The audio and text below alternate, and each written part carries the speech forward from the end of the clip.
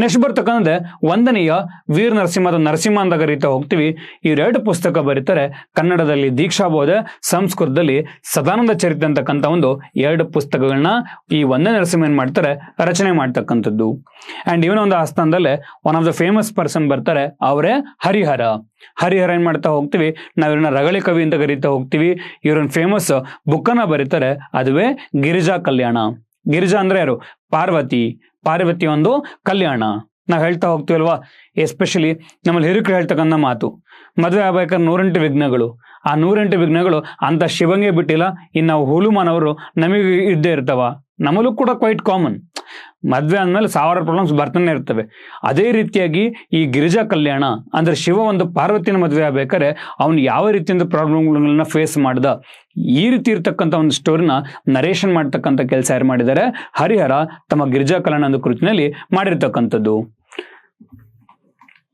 Next ಬರ್ತಕ್ಕಂಥ ಎರಡನೆಯ ವೀರ ಬಲ್ಲಾಳ. ರಾಜವಂಶದ ಒನ್ ಆಫ್ ದ ಪ್ರಮುಖ ಒಂದು ಆಡಳಿತಗಾರ ಅಂತ ಕರೀತಾ ಹೋಗ್ತೀವಿ. ಇವ್ರೇನ್ ಮಾಡ್ತಾರೆ, ತಮ್ಮ ರಾಜಧಾನಿಯನ್ನ ತಾತ್ಕಾಲಿಕವಾಗಿ ಏನ್ ಮಾಡ್ತಾರೆ, ಲಕ್ಕೊಂಡಿಗೆ ಟ್ರಾನ್ಸ್ಫರ್ ಮಾಡ್ತಕ್ಕಂಥದ್ದು. ಪ್ರೀವಿಯಸ್ ಕ್ವಶನ್ ನೋಡಿದ್ವಲ್ವಾ. ಸೊ ಲಕ್ಕುಂಡಿ ಇದೇನಾಗಿತ್ತು, ಹೊಯ್ಸಳರ ಕಾಲದಲ್ಲಿ, ಕಲ್ಯಾಣಿ ಚಾಲುಕ್ಯರ ಕಾಲದಲ್ಲಿ, ಸವಣರ ಕಾಲದಲ್ಲಿ ಒಂದು ಕಾಯಿನ್ ಮಿಂಟಿಂಗ್ ಪ್ಲೇಸ್ ಅಂತಾನು ಕೂಡ ಇಲ್ಲಿ ಕರೀತಕ್ಕಂಥದ್ದು. ಇವನೇನ್ ಮಾಡ್ತಾ ಹೋಗ್ತಾನೆ, ದೇವಗಿರಿಯ ಒಂದು ಯಾದವರನ್ನ ಸೋಲಿಸ್ತಾ ಹೋಗ್ತಾನೆ. ದಕ್ಷಿಣ ಇರ್ತಕ್ಕಂಥ ಒಂದು ಕಲಚೂರಿಯನ್ನ, ಮಧುರೆನ ಒಂದು ಪಾಂಡ್ಯವರನ್ನ, and eastern Chalukyas, not western, eastern ಚಾಲುಕ್ಯಸ್ನು ಕೂಡ ಏನ್ ಮಾಡ್ತಾ ಹೋಗ್ತಾನೆ, ಸೋಲಿಸ್ತಕ್ಕಂಥ ಕೆಲಸ ಯಾರು ಮಾಡ್ತಾರೆ, ಈ ಎರಡನೆಯ ಒಂದು ವೀರಬಲ್ಲಾಳೆಯಲ್ಲಿ ಮಾಡ್ತಕ್ಕಂಥದ್ದು. ಅಂಡ್ ಜೊತೆಗೆ ಸೊ ಪಾಂಡ್ಯರಿಗೆ ಏನ್ ಮಾಡ್ತಾ ಹೋಗ್ತಾನೆ, ಪಾಂಡ್ಯರನ್ನ ಒಂದು ಸೋಲಿಸೋದ್ರ ಮೂಲಕ ಚೋಳರಿಗೆ ತಮ್ಮ ಸಾಮ್ರಾಜ್ಯವನ್ನ ಮರುಸ್ಥಾಪನೆ ಮಾಡ್ಕೊಳ್ಳಕ್ಕೆ ಇಲ್ಲಿ ಅವಕಾಶ ಮಾಡಿಕೊಡ್ತಾನೆ. ಅದಕ್ಕೋಸ್ಕರ ಅಂತ ಕರೀತಾ ಹೋಗ್ತೀವಿ, ಚೋಳ ಒಂದು ರಾಜ್ಯ ಪ್ರತಿಷ್ಠಾಪನಾಚಾರ್ಯ ಅಂತಾನು ಕೂಡ ಏನ್ ಮಾಡ್ತೀವಿ ನಾವು ಎರಡನೆಯ ಒಂದು ವೀರಬಲ್ಲಾಳನಿಗೆ ಕರೀತಕ್ಕಂಥದ್ದು. ಅಂಡ್ ಈ ಒಂದು ಕಾಲದಲ್ಲಿ ಬರ್ತಕ್ಕಂಥದ್ದೇ ದಟ್ ಇಸ್ ಫೇಮಸ್ ಪರ್ಸನ್ ಜನ್ನ ಅಂತ ಕರೀತಾ ಹೋಗ್ತೀವಿ. ಅವರ ಬುಕ್ಕನ್ನ ಬರೀತಾರೆ ಯಶೋಧರ ಚರಿತೆ. ಇದೇನ್ ಮಾಡ್ತಾ ಹೋಗುತ್ತೆ, ಅವತ್ತಿನ ಒಂದು ಕಾಲದಲ್ಲಿ ಈ ಊರ ಮಾರಿಗೆ ಅಂತ ಕರೀತಾ ಹೋಗ್ತೀವಿ. ಊರ ಮಾರಿಗೆ ಒಂದು ಬಲಿನ ಕೊಡ್ಲಿಕ್ಕೆ ಇಬ್ಬರ ಬಾಲಕನ ಕರ್ಕೊಂಡು ಹೋಗ್ತಾ ಇರ್ತಾರೆ. ಆ ಬಾಲಕರು ಏನ್ ಮಾಡ್ತಾ ಹೋಗ್ತಾರೆ, ತುಂಬಾ ವಿಪರೀತವಾಗಿ ಎಳ್ಕೊಂಡು ಹೋಗ್ತಾ ಇರ್ತಾನೆ. ಅದನ್ನ ಗಮನಿಸಿರ್ತಕ್ಕಂಥ ರಾಜ ಆ ಮಕ್ಳಿಗೆ ಕೇಳಿದಾಗ ಆ ಮಕ್ಳು ಹೇಳ್ತಾರೆ, ನಮ್ಮ ಹತ್ರ ಬಲಿ ಕೊಡೋ ಕರ್ಕೊಂಡು ಹೋಗ್ತಾರೆ, ನಾವು ಬದುಕಬೇಕು ಅಂತ ಹೇಳ್ತಾರೆ. ಈ ಒಂದು ಇನ್ಸಿಡೆಂಟ್ ಇರ್ತಕ್ಕಂಥ ರಾಜ ಏನ್ ಮಾಡ್ತಾನೆ, ನಂತರದಲ್ಲಿ ತನ್ನ ಇಡೀ ಸಾಮ್ರಾಜ್ಯದಲ್ಲಿ ನರಬಲಿ ಪದ್ಧತಿನಲ್ಲಿ ನಿಷೇಧ ಮಾಡ್ತಾನೆ. ಈ ನರಬಲಿ ಪದ್ಧತಿ ಬಗ್ಗೆ ಅಂಡ್ ಆ ಒಂದು ಮಕ್ಕಳ ಬಗ್ಗೆ ಹೇಳ್ತಕ್ಕಂಥ ಒಂದು ಸ್ಟೋರಿಯೇ ಈ ಒಂದು ಜನ್ನನ ಒಂದು ಯಶೋಧರ ಚರಿತೆ ಅಂತಾನು ಕೂಡ ಇಲ್ಲಿ ಹೇಳ್ತಕ್ಕಂಥದ್ದು. ಇನ್ನ ಎರಡನೇ ವೀರಬಲ್ಲಾಳನ ಒಂದು ಪ್ರಮುಖ ದೇವಾಲಯಗಳು, ಇದು ಫೇಮಸ್ ಆಗಿ ಆಲ್ರೆಡಿ KPSC ಎಕ್ಸಾಮ್ ಅಲ್ಲಿ ಕೇಳಿದಾನೆ. ಸೊ ಹಳೆಬೀಡಿನ ಒಂದು ಕೇದಾರೇಶ್ವರ ದೇವಾಲಯ, ಬೆಳವಡಿಲಿ ಇರ್ತಕ್ಕಂಥ ಒಂದು ವೀರನಾರಾಯಣ ದೇವಸ್ಥಾನ, ಅಮೃತಾಪುರದ ಒಂದು ಅಮೃತೇಶ್ವರ ದೇವಾಲಯ, ಅಂಡ್ ಮೊಸಲಿಯ ಒಂದು ಚೆನ್ನಕೇಶ್ವರ ದೇವಾಲಯ, ಅಂಡ್ ಅದೇ ರೀತಿಯಾಗಿ ಸೊ ಮೊಸಲಿ ಇರ್ತಕ್ಕಂಥ ಅವಳಿ ದೇವಾಲಯ, ಚೆನ್ನಕೇಶವ ಮತ್ತೆ ನಾಗೇಶ್ವರ ದೇವಸ್ಥಾನ. ಇವನ್ನೆಲ್ಲನೂ ಕೂಡ ಯಾರು ಯಾರ ಕಾಲದಲ್ಲಿ ರಚನೆ ಮಾಡಲಾಗಿದ್ದು ಅಂತ ಕೇಳಿದ್ರೆ ಆನ್ಸರ್ ಇಸ್ ಎರಡನೆಯ ವೀರ ಬಲ್ಲಾಳನ ಕಾಲದಲ್ಲಿ ಇದನ್ನ ರಚನೆ ಮಾಡಿರ್ತಕ್ಕಂಥದ್ದು. ನೋಡಿ ಬೇಕಾರೆ ಈಗ ಅಮೃತಾಪುರದ ಒಂದು ಅಮೃತೇಶ್ವರ, ನೀವೇನು ಹೇಳ್ತಿರಲ್ಲ ಈಗ ಅಮೃತ್ ಮಹಲ್ ಅಂತಕ್ಕಂಥ ಒಂದು ಬುಲ್, ಅದರ ಒಂದು ಬ್ರೀಡಿಂಗ್ ಸೆಂಟರ್ ಇದೆ ಅಂತಂದ್ರೆ ನಾವು ಇದೇ ಹೇಳ್ತಕ್ಕಂಥದ್ದು. ಎಲ್ಲಿ ಚಿಕ್ಕಮಂಗ್ಳೂರಿನ ಒಂದು ತರೀಕೆರೆ ಒಂದು ಅಜ್ಜಂಪುರ ಬಳಿ ಬರ್ತಾ ಹೋಗುತ್ತೆ. ಅಜ್ಜಂಪುರ ಬಳಿ ಬರ್ತಕ್ಕಂಥ ಈ ಅಮೃತಾಪುರದ ಒಂದು ಅಮೃತೇಶ್ವರ ದೇವಾಲಯ. ಅಂಡ್ ಅಷ್ಟೇ ಅಲ್ದೇನೆ ಸೊ ಇವರು ಇರ್ತಕ್ಕಂಥ ಬಿರುದುಗಳು ಗಿರಿದುರ್ಗ ಮಲ್ಲ, ಗಂಡಬೇರುಣ ಮತ್ತೆ ಶನಿವಾರ ಸಿದ್ಧಿ. ಇಟ್ ಇಸ್ ವೆರಿ ಇಂಪಾರ್ಟೆಂಟ್, ಇದು ಎಕ್ಸಾಮ್ ಅಲ್ಲಿ ಕೇಳಿದಾನೆ. ಯಾರಿಗೆ ಶನಿವಾರ ಸಿದ್ಧಿ ಅಂತ ಕರಿತಾ ಇದ್ವಿ ಅಂತಂದ್ರೆ ಎರಡನೆಯ ಒಂದು ವೀರಬಲ್ಲಾಳನಿಗೆ ಶನಿವಾರ ಸಿದ್ಧಿ ಅಂತ ಬಿರುದಿತ್ತು. ಅಂಡ್ ಇವರಿಗೆ ಗಿರಿದುರ್ಗ ಮಲ್ಲ ಅಂತನೂ ಕೂಡ ಏನ್ ಮಾಡ್ತಾ ಹೋಗ್ತೀವಿ ನಾವು ಕರಿತಕ್ಕಂಥದ್ದು. ಅಂಡ್ ನೆಕ್ಸ್ಟ್ ಬರ್ತಕ್ಕಂಥ ಪ್ರಮುಖ ಅರಸರು ಒಂದ್ 2-3 ಪಾಯಿಂಟ್ ಅಷ್ಟೇ ಇಂಪಾರ್ಟೆಂಟು. ಏಳನೇ ನರಸಿಂಹ ಅಂತ ಕರಿತೀವಿ ನಾವು, ಅವನಿಗೆ ಚೋಳ ಒಂದು ಕುಲರಕ್ಷಕ ಅಂತ ಕರಿತೀವಿ. ಇವ್ರ ಕಾಲದಲ್ಲಿ ಸೊ ಶ್ರೀರಂಗಂ ಬಳಿ ಇರ್ತಕ್ಕಂಥ ಒಂದು ಕುಪ್ಪಂ ಅಂತ ಕರಿತೀವಿ. ಕುಪ್ಪಂಗೆ ಏನ್ ಮಾಡ್ತಾರಲ್ಲಿ ತಮ್ಮ ಒಂದು ರಾಜಧಾನಿನಲ್ಲಿ ಟ್ರಾನ್ಸ್ಫರ್ ಮಾಡ್ತಕ್ಕಂಥದ್ದು. ಅದೇ ರೀತಿಯಾಗಿ ನೆಕ್ಸ್ಟ್ ಬರ್ತಾನೆ ಸೋಮೇಶ್ವರ ಅಂತ ಕರೀತಾ ಹೋಗ್ತೀವಿ. ಅವ್ರೇನ್ ಮಾಡ್ತಾರೆ, ತಮ್ಮ ರಾಜಧಾನಿಯನ್ನ ಹಳೆಬೀಡಿನ ಏನ್ ಮಾಡ್ತಾರೆ, ತಮಿಳುನಾಡಿನ ಒಂದು ಕಣ್ಣಾನೂರಿಗೆ ಏನ್ ಮಾಡ್ತಾರೆ, ಒಂದು ಟ್ರಾನ್ಸ್ಫರ್ನು ಕೂಡ ಇಲ್ಲಿ ಮಾಡ್ತಕ್ಕಂಥದ್ದು. ಆದ್ರೆ ಈ ಒಂದು ಹೊಯ್ಸಳ ಕಾಲದಲ್ಲಿ ಬರ್ತಕ್ಕಂಥ ಅತ್ಯಂತ ಒಂದು ಕೊನೆಯ ಪ್ರಬಲ ಅರಸ ಅವನು ಯಾರು ಅಂತ ಕೇಳಿದ್ರೆ ಅವನೇ ಮೂರನೆಯ ಒಂದು ವೀರಬಲ್ಲಾಳ ಅಂತ ಕರೀತಾ ಹೋಗ್ತೀವಿ.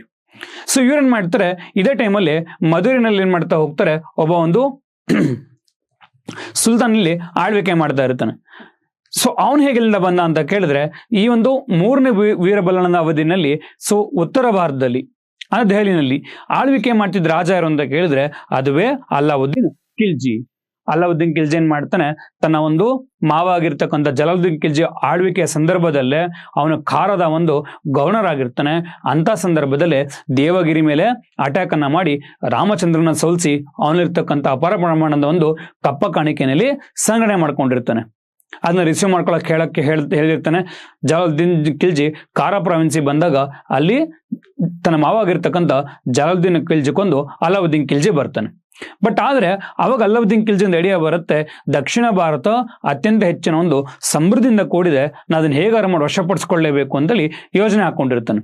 ಅದೇ ಸಮಯದಲ್ಲೇ ಅಲ್ಲಾವುದ್ದೀನ್ ಖಿಲ್ಜಿ ಒಂದು ಗುಜರಾತಿನ ಒಂದು ದಂಡಯಾತ್ರೆ ಮಾಡಿದಾಗ ಅಲ್ಲಿ ಈ ಒಂದು ಮಲ್ಲಿಕ್ ಕಾಫರ್ ಅಂತಕ್ಕಂಥ ಒಬ್ಬ ನಪುಂಸಕ ಇವ್ರನ್ನೇನ್ ಮಾಡ್ತಾರೆ, 1000 ದಿನಾರಿ ಅಂತ ಕರಿತೀವಿ, ಅಂದ್ರೆ 1000 ದಿನಾರಗಳನ್ನ ಕೊಟ್ಟು ಗುಜರಾತಿನ ಒಂದು ಮಾರುಕಟ್ಟೆನಲ್ಲಿ ಇವನ್ನ ಪರ್ಚೇಸ್ ಮಾಡ್ಕೊಂಡು ತಂದಿರ್ತಾರೆ. ನಂತರದಲ್ಲಿ ಇವನನ್ನ ತಮ್ಮ ಒಂದು ಸೇನಾಧಿಪತಿಯಾಗಿ ಅಪಾಯಿಂಟ್ ಮಾಡ್ಕೊಳ್ತಾರೆ. ಅಂಡ್ ಮಲ್ಲಿಕ್ ಕಾಫರ್ಗೆ ಏನ್ ಮಾಡ್ತಾರೆ, ಒಂದು ಅಪಾರ ಪ್ರಮಾಣವಾಗಿರ್ತಕ್ಕಂಥ ಒಂದು ಸೈನ್ಯವನ್ನ ಕೊಟ್ಟು ದಕ್ಷಿಣ ಭಾರತವನ್ನ ಇಲ್ಲಿ ದಂಡಯಾತ್ರೆ ಮಾಡ್ಲಿಕ್ಕೆ ಹೇಳ್ತಾರೆ. ಸೊ ಈ ರೀತಿ ಬಂದಾಗ ಸೊ ನಮ್ಮ ದಕ್ಷಿಣ ಭಾರತದಲ್ಲಿ ಒಟ್ಟಾರೆಯಾಗಿ 4 ಸಾಮ್ರಾಜ್ಯಗಳು ಆಳ್ವಿಕೆ ಮಾಡ್ತಾ ಇತ್ತು. ಯಾರ್ಯಾರು ಅಂತಂದ್ರೆ, ಒಂದು ದೇವಗಿರಿಯ ಒಂದು ಯಾದವರು, ಇನ್ನೊಂದು ಸೊ ಕಾಕತೀಯಸ್ ಆಫ್ ವಾರಂಗಲ್ನ ಒಂದು ಕಾಕತೀಯರು, ಅದೇ ರೀತಿಯಾಗಿ ಹಳೆಬೀಡಿನ ಒಂದು ಅದು ದ್ವಾರ ಸಮುದ್ರದ ಒಂದು ಹೊಯ್ಸಳರು, ಇನ್ನು ಮಧುರೈನ ಒಂದು ಪಾಂಡ್ಯರು. ಈ 4 ಸಾಮ್ರಾಜ್ಯಗಳು ಆಳ್ವಿಕೆ ಮಾಡ್ತಾ ಇರ್ತಾರೆ. ಮತ್ತೆ ಅಲಾವುದ್ದೀನ್ ಖಿಲ್ಜಿ ಬಂದಾಗ ಹೇಳ್ತೀನಿ. ಸೊ ಅದೇ ರೀತಿ ಏನ್ ಮಾಡ್ತಾನೆ, ಅದೇ ಸಂದರ್ಭದಲ್ಲೇ ನಮ್ಮ ಮೂರನೇ ವೀರಬಲ್ಲಾಳ ಏನ್ ಮಾಡಿರ್ತಾನೆ, ಅವರ ಒಂದು ತಾತ್ಕಾಲಿಕ ರಾಜಧಾನಿ ಆಗಿರ್ತಕ್ಕಂಥ ತಿರುವಣ್ಣಾನೂರು ಅಂತ ಕರಿತೀವಲ್ವಾ, ಕಣ್ಣನೂರು, ಆ ಕಣ್ಣನೂರಿಗೆ ಏನ್ ಮಾಡ್ತಾರೆ, ಅವ್ರು ಟ್ರಾವೆಲ್ ಮಾಡಕ್ ಹೋಗಿರ್ತಾರೆ. ಅದೇ ಸಂದರ್ಭದಲ್ಲಿ ಈ ಮೂರನೇ ವೀರಬಲ್ಲಾಳ ಏನ್ ಮಾಡ್ತಾನೆ, ಏಕಾಏಕಿ ಅಟ್ಯಾಕ್ ಅನ್ನ ಮಾಡ್ತಾನೆ. ತನ್ನ ಇಡೀ ಸಂಸ್ಥಾನ ಮೀನ್ಸ್ ಪ್ಯಾಲೇಸ್ ನ ವಶಪಡಿಸ್ಕೊಂಡು ಪ್ಯಾಲೇಸ್ ಒಳಗೆ ಕುತ್ಕೊಂಡ್ಬಿಟ್ಟಿರ್ತಾನೆ. ಈ ವಿಚಾರ ಕೇಳ್ಪಟ್ಮೇಲೆ ಮೂರನೇ ವೀರಬಲ್ಲಾಳ ಬಂದಾಗ ಆಲ್ರೆಡಿ ಪ್ಯಾಲೇಸ್ ಒಳಗೆ ಒಂದು ರಾಜ ಕುತ್ಕೊಂಡ್ಬಿಟ್ಟಿದ್ದಾನೆ. ಸೊ ಇಲ್ಲಿ ಯುದ್ಧ ಮಾಡಬೇಕು ಅನ್ನೋ ಚಾನ್ಸ್ ಇಲ್ಲ ಇವಾಗ. ಇಂಥ ಸಂದರ್ಭದಲ್ಲಿ ತನ್ನ ಸೋಲನ್ನ ಒಪ್ಕೊಂಡು ತಾನೇನ್ ಮಾಡ್ತಾನೆ, ಸೊ ಅಪಾರ ಪ್ರಮಾಣ ಆಗಿರ್ತಕ್ಕಂಥ ಒಂದು ಕಪ್ಪ ಕಾಣಿಕೆನ ಮಲ್ಲಿಕ್ ಕಾಫರ್ಗೆ ಕೊಡ್ತಕ್ಕಂಥ ಕೆಲಸ ಇಲ್ಲಿ ಈ ಒಂದು ಯಾರು ನಮ್ಮ ಒಂದು ಮೂರನೇ ವೀರಬಲ್ಲಾಳನ ಕಾಲದಲ್ಲಿ ನಡೀತಕ್ಕಂಥದ್ದು. ಅಂಡ್ ನಂತರದಲ್ಲಿ ಅದೇ ಟೈಮಲ್ಲೇ ಸೊ ಈ ಒಂದು ಅಲ್ಲಾವುದ್ದೀನ್ ಖಿಲ್ಜಿ ಏನ್ ಮಾಡ್ತಾನೆ, ಸೊ ಇಲ್ಲಿ ಮಲ್ಲಿಕ್ ಕಾಫರ್ ತಾನು ವಾಪಸ್ ದೆಹಲಿಗೆ ಹೋಗ್ಬೇಕಾದ್ರೆ ಮಧುರೈನಲ್ಲಿ ಅಲ್ಲಿ ವೀರಪಾಂಡ್ಯ ಮತ್ತೆ ಸುಂದರ ಪಾಂಡ್ಯ ಅಂತಕ್ಕಂಥ ಇಬ್ಬರು ರಾಜ ಆಳ್ವಿಕೆ ಮಾಡ್ತಾ ಇರ್ತಾರೆ, ಅಣ್ಣ ತಮ್ಮ ಅಂದ್ರು. ಅವ್ರೇನ್ ಮಾಡ್ತಾರೆ, ತಮ್ಮ ರಾಜ್ಯಕ್ಕೋಸ್ಕರ ಫೈಟ್ ಮಾಡ್ತಾ ಇರ್ತಾರೆ. ಸೊ ಅಲ್ಲಿಗೆ ದಾಳಿ ಇಟ್ಟಿರ್ತಕ್ಕಂಥ ಮಲ್ಲಿಕ್ ಕಾಫರ್ನ ಏನ್ ಮಾಡ್ತಾರೆ, ಈ ವೀರಪಾಂಡ್ಯ ಮತ್ತೆ ಸುಂದರ ಪಾಂಡ್ಯ ಅವ್ರನ್ನ ಒಪ್ಕೊಳ್ಳೋದ್ರ ಬದಲಾಗಿ ಯುದ್ಧವನ್ನ ಮಾಡಕ್ ಹೋಗ್ತಾರೆ. ಅಂತ ಸಂದರ್ಭದಲ್ಲಿ ಆ ಇಡೀ ಪಾಂಡ್ಯ ಬ್ರದರ್ಸ್ ಏನ್ ಮಾಡ್ತಾರೆ, ಅವ್ರನ್ನ ಸೋಲಿಸ್ತಕ್ಕಂಥದ್ದು. ಇಲ್ಲಿ ಪಾಂಡ್ಯ ಬ್ರದರ್ಸ್ ಅಂತಂದ್ರೆ ನಮ್ಮ ಕ್ರಿಕೆಟ್ ಪ್ಲೇಯರ್ಸ್ ಹಾರ್ದಿಕ್ ಪಾಂಡ್ಯ ಮತ್ತೆ ಕೃಣಾಲ್ ಪಾಂಡ್ಯ ಅಲ್ಲ, ಯಾರಿಲ್ಲಿ ವೀರಪಾಂಡ್ಯ ಮತ್ತೆ ಸುಂದರ ಪಾಂಡ್ಯ. ಸೊ ಅವ್ರನ್ನ ಏನ್ ಮಾಡ್ತಾ ಹೋಗ್ತಾನೆ, ಸೋಲ್ಸೋದ್ರ ಮೂಲಕ ಅಲ್ಲಿಗೆ ಪಾಂಡ್ಯ ಡೈನೆಸ್ಟಿ ಮತ್ತೇನಾಗತ್ತೆ ಅಲ್ಲಿ ಎದ್ದು ಬರಕ್ ಆಗದೇ ಇಲ್ಲ, ಆ ಮಟ್ಟಿಗೆ ಹೋಗಿರುತ್ತೆ. ಅವಾಗ ಏನ್ ಮಾಡ್ತಾರೆ, ಅದೇ ಸಂದರ್ಭದಲ್ಲಿ ಆ ಮಧುರೆಗೆ ಏನ್ ಮಾಡ್ತಾ ಹೋಗ್ತಾರೆ, ಒಬ್ಬ ಸುಲ್ತಾನ್ ಏನ್ ಮಾಡ್ತಾನೆ, ನೇಮಕ ಮಾಡ್ತಕ್ಕಂಥ ಕೆಲಸ ಮಲ್ಲಿಕ್ ಕಾಫರ್ ಮಾಡ್ತಾನೆ. ನಂತರದಲ್ಲಿ ಮಲ್ಲಿಕ್ ಕಾಫರ್ ಏನ್ ಮಾಡ್ತಾನೆ, ತನ್ನ 1000 ಒಂದು ಒಂಟೆಗಳ ಮೇಲೆ ಅಪಾರ ಪ್ರಮಾಣದ ಒಂದು ಚಿನ್ನ ಬೆಳ್ಳಿ ವೈಡೂರುಗಳನ್ನ ಹಿಡ್ಕೊಂಡು ಏನ್ ಮಾಡ್ತಾನೆ, ದೆಹಲಿಗೆ ಪ್ರಯಾಣ ಬೆಳೆಸ್ತಾನೆ. ಬಟ್ ಇಲ್ಲಿ ಮಧುರೈನ ಸುಲ್ತಾನ್ ಏನ್ ಮಾಡ್ತಾ ಹೋಗ್ತಾನೆ, ತನಗೆ ಒಂದು ಅಲ್ಲಾವುದ್ದೀನ್ ಖಿಲ್ಜಿ ದೀಕ್ಷಿದೆ ಅಂತ ಅನ್ಕೊಂಡು ಇಲ್ಲಿ ಜನರ ಮೇಲೆ ಸುತ್ತಮುತ್ತ ಇರ್ತಕ್ಕಂಥ ರಾಜರ ಮೇಲೆ ತುಂಬಾ ಒಂದು ಕೆಟ್ಟದಾಗಿ ಪರಿಣಾಮ ಬೀರ್ತಾ ಇರ್ತಾನೆ. ಅವ್ರ ಮೇಲೆ ತುಂಬಾ ಕೆಟ್ಟದಾಗಿ ಅವನ ಟ್ರೀಟ್ ಮಾಡ್ತಾ ಇರ್ತಾನೆ. ಆ ವಿಚಾರ ಗೊತ್ತಾಗುತ್ತೋ ಅವಾಗ ಈ ಮೂರನೇ ವೀರಬಲ್ಲಾಳ ಏನ್ ಮಾಡ್ತಾನೆ, ತನ್ನ ಸುತ್ತಮುತ್ತ ಇರತಕ್ಕಂಥ ಹಿಂದೂ ರಾಜರನ್ನ ಒಗ್ಗೂಡ್ಸ್ಕೊಂಡು ಏನ್ ಮಾಡ್ತಾನೆ, ಮಧುರೈ ಮೇಲೆ ಅಟ್ಯಾಕ್ ಅನ್ನ ಮಾಡ್ತಾನೆ. ಇನ್ನೇನು ವಾರ್ ಗೆಲ್ಲಬೇಕಾಗಿರುತ್ತೆ, ಬಟ್ ನಮ್ಮವ್ರು ಏನ್ ಮಾಡ್ತಾರೆ, ಬ್ಯಾಕ್ ಸ್ಟಬ್ಬನ್ ಏನ್ ಮಾಡ್ತಾರೆ, ಹಿಂದಿಂದ ಮೋಸ ಮಾಡೋದ್ರ ಮೂಲಕ ಎಲ್ಲ ಒಂದ್ ಕಡೆಗೆ ಆ ಯುದ್ಧದಲ್ಲಿ ಮೂರನೇ ವೀರಬಲ್ಲಾಳನ ಸೋಲ್ಸೋ ರೀತಿ ನೋಡ್ಕೊಳ್ತಾರೆ. ಸೊ ಅವನು ಸೋತ ಮೇಲೆ ಸೊ ಆ ಮಧುರೈನ ಒಂದು ಸುಲ್ತಾನ ಅವನ್ ಎಷ್ಟು ವಿಲಕ್ಷಣ ಆಗಿದ್ದ ಅಂತಂದ್ರೆ, ತನ್ನ ಮೇಲೆ ಇನ್ನೊಬ್ರು ಯಾರು ಕೂಡ ಒಂದು ದಾಳಿ ಮಾಡಬೇಕು ಅಂತಂದ್ರೆ ಅವ್ರನ್ನ ನೆನಪಲ್ಲಿ ಇಟ್ಕೋಬೇಕು ಅಂತೇಳಿ ಈ ಮೂರನೇ ವೀರಬಲ್ಲಾಳ ಏನ್ ಮಾಡ್ತಾನೆ, ಅವರ ಒಂದು ಬಾಡಿಯ ಒಂದು ಚರ್ಮ ಕಿತ್ಸ ಏನ್ ಮಾಡ್ತಾನೆ, ಊರ ದೇವರಿಗೆ ಊರ ಒಂದು ಬಾಗಿಲು ಏನ್ ಮಾಡ್ತಾರೆ, ನೇತಾಕ್ತಕ್ಕಂಥ ಕೆಲಸ ಆ ಮಧುರೈನ ಸುಲ್ತಾನಲ್ಲಿ ಮಾಡ್ತಕ್ಕಂಥದ್ದು. ಅಂಡ್ ಜೊತೆಗೆ ಸೊ ಇವ್ರ ಕಾಲದಲ್ಲಿ ಏನಾಗ್ತಾ ಹೋಗುತ್ತೆ, ಮೇಜರ್ ಆಗಿ ಇವ್ರು ಸಾಕಿನ ಮುಂಚೆ ಏನ್ ಮಾಡಿರ್ತಾರೆ, ಎಸ್ಪೆಷಲಿ ಒಂದು ತನ್ನ ಮಗನ ಹೆಸರಲ್ಲಿ ಅವ್ರ ಮಗನ ಹೆಸರೇ ನಾವು ವಿರೂಪಾಕ್ಷ ಬಲ್ಲಾಳ ಅಂತ ಕರಿತೀವಿ. ತನ್ನ ಮಗನ ಹೆಸರಲ್ಲಿ ವಿರೂಪಾಕ್ಷ ನಗರ ನಿರ್ಮಾಣ ಮಾಡ್ತಾರೆ. ನಗರ ಮಾಡಿ ಅಲ್ಲಿ ದೊಡ್ಡದಾಗಿರ್ತಕ್ಕಂಥ ಒಂದು ಕಾವಲು ಗೋಪುರನ ನಿರ್ಮಾಣ ಮಾಡಿ ಆ ಕಾವಲು ಗೋಪುರಕ್ಕೆ ಈ ಹರಿಹರ ಮತ್ತೆ ಬುಕ್ಕರ್ನ ಏನ್ ಮಾಡ್ತಾರೆ, ನೇಮಕ ಮಾಡ್ತಾರೆ. ಯಾಕೆ ಅಂತಂದ್ರೆ ಇವ್ರು ಹೋಗಿದ್ದಾರೆ, ಆದ್ರೆ ಮತ್ತೆ ಇನ್ನೊಂದು ಬಾರಿ ಉತ್ತರ ಭಾರತದಿಂದ ದಂಡಯಾತ್ರೆ ಮಾಡ್ತಕ್ಕಂಥ ಚಾನ್ಸಸ್ ಇರುತ್ತೆ, ನಾವು ಸೇಫರ್ ಆಗಿರ್ಬೇಕು ಅಂತೇಳಿ ಆ ಗೋಪುರಕ್ಕೆ ಈ ಹರಿಹರ ಮತ್ತೆ ಬುಕ್ಕರ್ನ ಏನ್ ಮಾಡ್ತಾರೆ, ನೇಮಕ ಮಾಡ್ತಕ್ಕಂಥ ಕೆಲಸ ಈ 3ನೇ ವೀರಬಲ್ಲಾಳನ ಕಾಲದಲ್ಲಿ ನಡೀತಕ್ಕಂಥದ್ದು. ಅದಾದ್ಮೇಲೆ ಬರ್ತಕ್ಕಂಥದ್ದೇ ಅತ್ಯಂತ ಒಂದು ಕೊನೆಯ ದೊರೆ ವಿರೂಪಾಕ್ಷ ಒಂದು ಬಲ್ಲಾಳ ಅಂತ ಕರಿತೀವಿ. ಈ ವಿರೂಪಾಕ್ಷ ಬಲ್ಲಾಳ ತುಂಬಾ ವೀಕ್ ಆಗಿರ್ತಾನೆ. ಈ ವಿರೂಪಾಕ್ಷ ಬಲ್ಲಾಳ ಎಂಡ್ ಆದ್ಮೇಲೆ ಅವಾಗ ಹರಿಹರ ಬುಕ್ಕರ್ ಏನ್ ಮಾಡ್ತಾರೆ, ಅವರು ಸ್ವತಂತ್ರನ ಸಾರ್ಕೊಂಡು ನಂತರದಲ್ಲಿ ಈ ಒಂದು ವಿಜಯನಗರ ಸಾಮ್ರಾಜ್ಯ ಏನ್ ಮಾಡ್ತಾರೆ, ಸ್ಥಾಪನೆನ ಮಾಡ್ತಕ್ಕಂಥದ್ದು. ಇನ್ನ ಹೊಯ್ಸಳಸಿ ಹೇಳಬೇಕು ಅಂತಂದ್ರೆ ಅವರು ಕೂಡ ಟೆಂಪಲ್ ಆರ್ಕಿಟೆಕ್ಚರ್ಗೆ ತುಂಬಾನೇ ಫೇಮಸ್ ಆಗಿದ್ರು. ಅದರಲ್ಲಿ ಮೇಜರ್ ಆಗಿ ಕೂಟ ವ್ಯವಸ್ಥೆ. ಕೂಟ ಅಂತಂದ್ರೆ ಬೇಸ್ಡ್ ಆನ್ ದ ಗರ್ಭಗುಡಿ, ದೇವಸ್ಥಾನಕ್ಕೆ ಇರ್ತಕ್ಕಂಥ ಒಂದು ಗರ್ಭಗುಡಿಗಳ ಆಧಾರದ ಮೇಲೆ ಈ ಒಂದು ಟೆಂಪಲ್ಗಳನ್ನ ರಚನೆ ಮಾಡ್ತಾ ಇದ್ರು. ಒಂದೇ ಗರ್ಭಗುಡಿ ಇದ್ರೆ ಅದಕ್ಕೆ ಏಕಕೂಟ ಅಂತ ಕರಿತಾ ಇದ್ವಿ, 2 ಇದ್ರೆ ದ್ವಿಕೂಟ, 3 ಇದ್ರೆ ತ್ರಿಕೂಟ, 4 ಚತುಷ್ಕೂಟ, 5 ಇದ್ರೆ ಪಂಚಕೂಟ. ಹಾಗಿದ್ರೆ ಏಕಕೂಟ ದೇವಾಲಯಗಳು ಯಾವ್ದು? ಬೇಲೂರಿನ ಒಂದು ಚನ್ನಕೇಶವ ದೇವಾಲಯ, ಅಮೃತಾಪುರದ ಅಮೃತೇಶ್ವರ ದೇವಾಲಯ, ಹರಿಹರದ ಒಂದು ಹರಿಹರೇಶ್ವರ ದೇವಾಲಯ. ಇದಿಷ್ಟು ಕೂಡ ಏನಾದೆ ಏಕಕೂಟ ಒಂದು ದೇವಾಲಯಗಳಾಗಿರ್ತಕ್ಕಂಥದ್ದು. ಇನ್ನ ದ್ವಿಕೂಟ ಅಂತ ನೋಡಿದ್ರೆ ಹಳೆಬೀಡಿನ ಒಂದು ಹೊಯ್ಸಳೇಶ್ವರ ದೇವಾಲಯ ಮತ್ತೆ ಶಾಂತಲೇಶ್ವರ ದೇವಾಲಯ. 3ನೇದು ತ್ರಿಕೂಟ, ಇದಕ್ಕೆ ಬಳ್ಳಿಗಾವಿಯ ಒಂದು ಕೇದಾರೇಶ್ವರ ದೇವಾಲಯ. ನಾವಿದನ್ನ ದಕ್ಷಿಣದ ಒಂದು ಕೇದಾರ್ನಾಥ್ ಅಂತಾನು ಕೂಡ ಏನ್ ಮಾಡ್ತೀವಿ, ಕರಿತಕ್ಕಂಥದ್ದು. ಜೊತೆಗೆ ಚತುಷ್ಕೂಟ Lakshmi temple at ದೊಡ್ಡಗಾವಡಹಳ್ಳಿ and Panchakuta ಅದು ಒಂದು ಗೋವಿಂದನಹಳ್ಳಿಯ ಒಂದು ಪಂಚಲಿಂಗೇಶ್ವರ ಒಂದು ದೇವಾಲಯ. ಇವ್ರ ಕಾಲದಲ್ಲಿರ್ತಕ್ಕಂಥ ಫೇಮಸ್ ಆಗಿರ್ತಕ್ಕಂಥ ಒಂದು ಕೃತಿಗಳು. ಮೇಜರ್ ನೋಡಿದ್ರೆ ನಾಗಚಂದ್ರ ಅಂತ ಕರಿತೀವಿ. ನಾಗಚಂದ್ರನಿಗೆ ಒಂದು ಬಿರುದು ಇದೆ, ಅಭಿನವ, ಪಂಪ ಮತ್ತೆ ಕವಿತಾ ಮನೋಹರ ಅಂತ ಕರಿತೀವಿ. ಇವ್ರು ರಚಿಸಿರ್ತಕ್ಕಂಥ ಬುಕ್ಕುಗಳು ರಾಮಚಂದ್ರ ಚರಿತ ಪುರಾಣ ಮತ್ತೆ ಮಲ್ಲಿನಾಥನ ಒಂದು ಪುರಾಣ. ಇನ್ನೊಂದು ಕಂತಿ ಅಂತ ಕರಿತೀವಿ. ಕಂಟಿ ಅಲ್ಲ ಕಂತಿ. ಕಂತಿ ಅಂತಂದ್ರೆ C is the first Kannada women scholar ಅಂತ ಕರಿತಾ ಹೋಗ್ತೀವಿ. ಅವಳು ಬರೀತಕ್ಕಂಥ ಬುಕ್ಕೆ ಕಂತಿ ಮತ್ತೆ ಹಂಪನ ಒಂದು ಸಮಸ್ಯೆಗಳು. It is based on the mathematics. Next one is Rajaditya ಅಂತ ಕರಿತಾ ಹೋಗ್ತೀವಿ.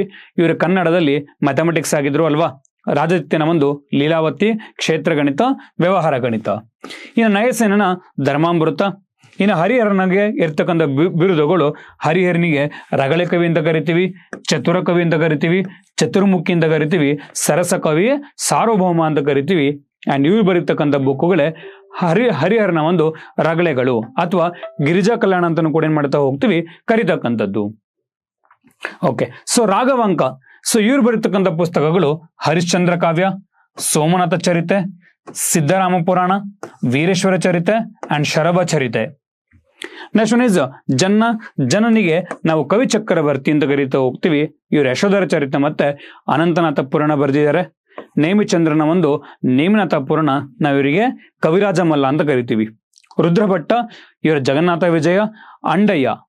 ಅಂಡಯ್ಯನ ಒಂದು ಕಬ್ಬಿಗರ ಕಾವ್ಯ ಅಂಡ್ ಅದೇ ರೀತಿಯಾಗಿ ಕೇಶಿರಾಜನ ಒಂದು ಶಬ್ದಮಣಿ ದರ್ಪಣ.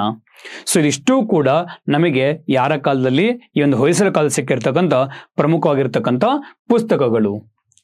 ಒಂದಾಗಿ ಆನ್ಸರ್ ಮಾಡ್ತಾ ಈಗ ಕ್ವಶನ್, ಹೊಯ್ಸಳರ ಒಂದು ಅಂಗರಕ್ಷಕ ಪಡೆ ಇದಕ್ಕೆ ಅಂತ ಕರಿತಾ ಇದ್ವಿ ಅಂತ ಕೇಳಿದ್ರೆ ಆನ್ಸರ್ ಇಸ್ ಗರುಡ ಪಡೆ ಅಂತ ಕರಿತಾ ಇದ್ವಿ. ಅಂದ್ರೆ ಈ ಗರುಡ ಪಡೆ ಹೇಗೆ ಇವತ್ತಿನ ಒಂದು ಕಾಲಘಟ್ಟಕ್ಕೆ ನಾವು ಪ್ರೈಮ್ ಮಿನಿಸ್ಟರ್ಗೆ ಯಾರು ಸೆಕ್ಯೂರಿಟಿ ಕೊಡ್ತಾರೆ, SPG special protection group NSG ಬರುತ್ತಲ್ವಾ, ನ್ಯಾಷನಲ್ ಸೆಕ್ಯೂರಿಟೀಸ್ ಕಮಾಂಡರ್ಸ್ ಬರ್ತಾರಲ್ವಾ, ನ್ಯಾಷನಲ್ ಸೆಕ್ಯೂರಿಟಿ ಗ್ರೂಪ್, ಅವ್ರ ಅಂಡರ್ಲೆ ಈ ಒಂದು SPG ಗ್ರೂಪ್ ಅಂತ ಕರೀತಾ ಹೋಗ್ತೀವಿ.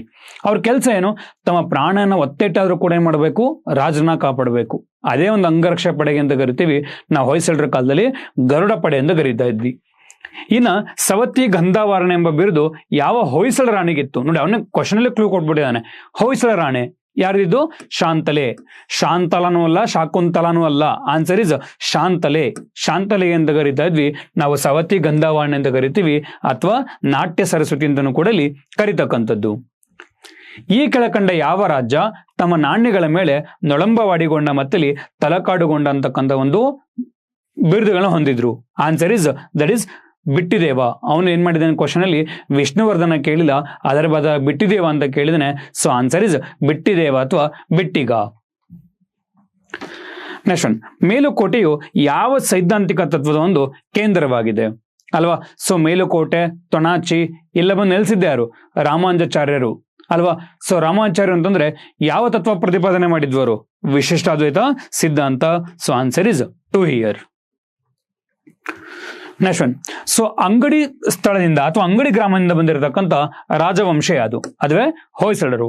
ಅಂಗಡಿ ಬಳಿ ಇರತಕ್ಕಂಥ ಒಂದು ಸೊಸೆಯೂರು ಗ್ರಾಮ ಅಂತ ಕರಿತೀವಿ, ಅಲ್ಲಿಂದ ಒಂದು ಆಡಳಿತಕ್ಕೆ ಬಂದರೆ ಯಾರು? ಅವರೇ ನಮ್ಮ ಒಂದು ಹೊಯ್ಸಳರು. ನೆಕ್ಸ್ಟ್ ಕ್ವಶನ್ ಕೊಡ್ತಾ ಹೋಗಿದ್ದಾನೆ ನೋಡಿ. ಇದೇ ತರ KS ಮೂಲಕ ಕೇಳೋದು. ಕ್ವಶನ್ ಉದ್ದ ಇರುತ್ತೆ, ಆನ್ಸರ್ ಚಿಕ್ಕಗಿರುತ್ತೆ. 12ನೇ ಶತಮಾನದ ಆರಂಭದಲ್ಲಿ ಮೈಸೂರು ಪ್ರದೇಶದಲ್ಲಿ ತಮ್ಮನ್ನ ತಾವು ಸ್ಥಾಪನೆ ಮಾಡಿಕೊಂಡ್ರು. ಹಳೆಬೀಡು ಮತ್ತೆ ಬೇಲೂರಿನಲ್ಲಿ ನಿರ್ಮಿಸಿದ ದೇವಾಲಯಗಳು ಇವರ ಒಂದು ಪ್ರಮುಖವಾಗಿರ್ತಕ್ಕಂಥ ಒಂದು ಇದಾಗಿದೆ. ಸೊ ಹಳೆಬೀಡು ಮತ್ತೆ ಬೇಲೂರು ಇದೊಂದೇ ಪದ ಸಾಕು ನಾವು ಆನ್ಸರ್ ಅಂತ ಹೇಳ್ಬೋದು. ಹೊಯ್ಸಳರು ಅಂತಾನು ಕೂಡ ಏನ್ ಮಾಡ್ಬೇಕಾಗತ್ತಲ್ಲಿ ಹೇಳ್ತಕ್ಕಂಥದ್ದು. Next, which of the following Hoysala ರೂಡಲ್ ಹ್ಯಾಡ್ ಟೈಟಲ್ ಶನಿವಾರ ಸಿದ್ಧಿ? ನಾನು ಆಗ್ಲೇ ಹೇಳಿದ್ನಲ್ವಾ? ಸೊ ಶನಿವಾರ ಸಿದ್ಧಿ ಅಂತಕ್ಕಂಥ ಒಂದು ಟೈಟಲ್ ನ ಯಾರು ಹೊಂದಿದ್ದು? 2ನೆಯ ಒಂದು ವೀರಬಲ್ಲಾಳ. ನಾವು ಅವನಿಗೆ ಶನಿವಾರ ಸಿದ್ಧಿ ಅಥವಾ ಗಿರಿದುರ್ಗ ಮಲ್ಲ ಅಂತಾನು ಕೂಡ ಏನ್ ಮಾಡ್ತೀವಿ ನಾವು ಬಿರುದಿನಲ್ಲಿ ಕೊಟ್ಟಿರ್ತಕ್ಕಂಥದ್ದು. ಸೊ ಇಲ್ಲಿಗೆ ನಮ್ಮ ಕರ್ನಾಟಕ ಇತಿಹಾಸದ ಒಂದು ಮೊದಲನೇ ಭಾಗ, ಸೊ ಅಂದ್ರೆ ಏನ್ಷಿಯಂಟ್ ಹಿಸ್ಟ್ರಿ ಅಥವಾ ಮೊದಲನೇ ಭಾಗ ಏನಾಗಿದೆ ಮುಕ್ತಾಯ ಆಗಿದೆ. ನಾವು ನಂತರದಲ್ಲಿ ಅಂದ್ರೆ ಸೊ ನೆಕ್ಸ್ಟ್ ವಿಡಿಯೋದಲ್ಲಿ ನಾವು ವಿಜಯನಗರ ಸಂಸ್ಥಾನ ಮತ್ತೆ ಬಹಮನಿಸು ಆದಿಲ್ ಶಾಹಿಸ್ನ 2ನೇ ಒಂದು ಪಾಠಲ್ಲಿ ನೋಡ್ತಾ ಹೋಗೋಣ ಸ್ನೇಹಿತರೆ. ಧನ್ಯವಾದಗಳು. ನಿಮಗೆ ಇನ್ ಕೇಸ್ ಏನೇ ಡೌಟ್ ಇದ್ರೂ ಕೂಡ ಅಷ್ಟೇ, if you have any kind of the doubts please ping me in the WhatsApp. ಏನೇ ಡೌಟ್ ಇದ್ರೂ ಕೂಡ ಅಥವಾ ನಿಮಗೆ ಏನೊಂದು ಯಾವುದೋ ಎಕ್ಸಾಮಲ್ಲಿ ಒಂದು ಸ್ಪೆಷಲ್ ಕ್ವಶನ್ ಸಿಕ್ಕಾಗ ಆ ಕ್ವಶನ್ಗಳನ್ನ ಒಂದು ಸ್ನ್ಯಾಪ್ ತೆಗೆದು ನಮಗೆ ಕಳಿಸ್ಕೊಡಿ. So it will be help out as also. ನಮಗೂ ಕೂಡ ಏನಾಗುತ್ತೆ ಅದು ಒಂದು ಹೆಲ್ಪ್ ಔಟ್ ಆಗ್ತಕ್ಕಂಥದ್ದು. ಸೊ ಇಲ್ಲಿಗೆ ನಾವು ಮೊದಲನೇ ಒಂದು ಭಾಗದಲ್ಲಿ ಮುಕ್ತಾಯ ಮಾಡ್ಕೊಂಡಿದ್ದೀವಿ. ನಂತರದ ಒಂದು ಭಾಗದಲ್ಲಿ ನಾವು 2ನೇ ಭಾಗದಲ್ಲಿ ವಿಜಯನಗರ ಸಂಸ್ಥಾನದ ಬಗ್ಗೆ ನಾವಿಲ್ಲಿ ಮಾತಾಡ್ತಾ ಹೋಗೋಣ. ಅಂಡ್ ಧನ್ಯವಾದಗಳು.